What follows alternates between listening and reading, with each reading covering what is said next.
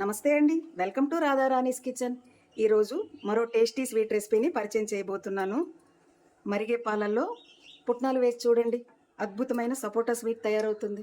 ఈ సపోటా స్వీట్ నోట్లో పెట్టుకున్నారంటే వెన్నలా కరిగిపోతుందండి.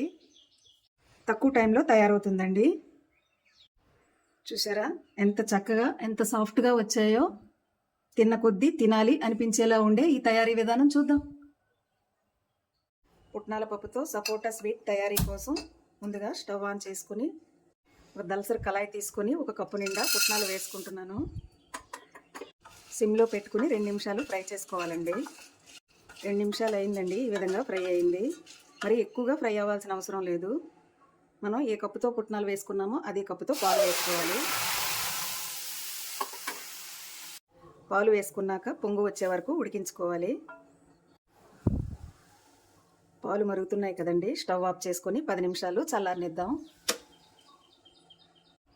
10 నిమిషాలు అయిందండి. పాలు ఏమీ వేసుకోకుండా ఓన్లీ పుట్నాలు మాత్రమే తీసుకొని మిక్సీ గిన్నెలో వేసుకోవాలి.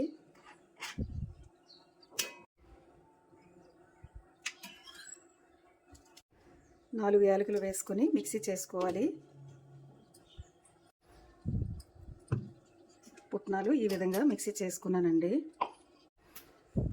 ఈ పాలు మొత్తం వేసుకొని ఎంత మెత్తగా వీలైతే అంత మెత్తగా మిక్సీ పట్టుకోవాలి. పాలు వేసుకుని మిక్సీ చేసుకున్నాం కదండి. మనం ఏ కప్పుతో అయితే పాలు పుట్నాలు వేసుకున్నామో అదే కప్పుతో బెల్లం వేసుకోవాలి. బెల్లం వేసుకొని మెత్తగా మిక్సీ పట్టుకోవాలండి. అదే కళాయి పెట్టుకొని కాస్త నెయ్యి వేసుకోవాలి. నెయ్యి వేసుకున్నాక మిక్సీ పట్టుకున్న పేస్ట్ని వేసుకోవాలి.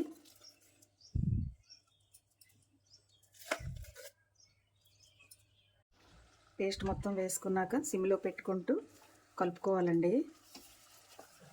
కలుపుకుంటే అడుగు పట్టకుండా చక్కగా వస్తుంది. మనం బెల్లం వేసుకున్నాం కదా, బెల్లం ప్లేస్లో పంచదారన్న వేసుకోవచ్చు. 10 నిమిషాలు కలుపుకుంటూ దగ్గరగా ఉడికించుకోవాలండి.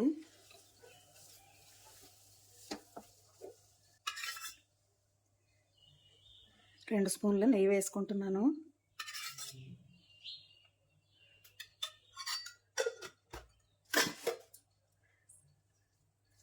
నెయ్యి వేసుకున్నాక చక్కగా కలిసేలా కలుపుకోవాలి. ఈ స్వీట్ చాలా తక్కువ టైంలో తయారవుతుందండి.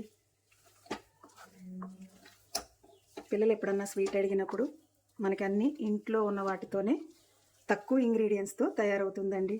టేస్టీ స్వీట్ చాలా బాగుంటుంది.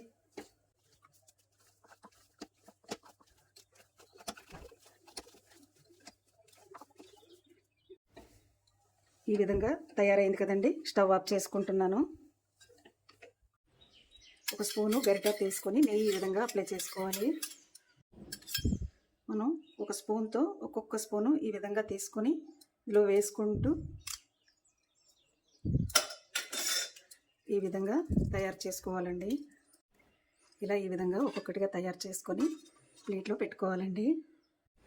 మనం గరిటతో అన్నా తయారు చేసుకోవచ్చు, చేతితో అన్నా తయారు చేసుకోవచ్చు అండి.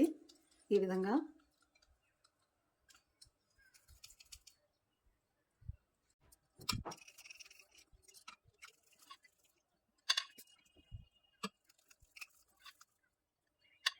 పిల్లలు పెద్దలు ఎంతో ఇష్టంగా తినే సపోటా స్వీట్ రెడీ. మీకు కనుక ఈ వీడియో నచ్చినట్లయితే లైక్ చేయండి, షేర్ చేయండి, మా ఛానల్కి సపోర్ట్ చేయండి. Thanks for watching.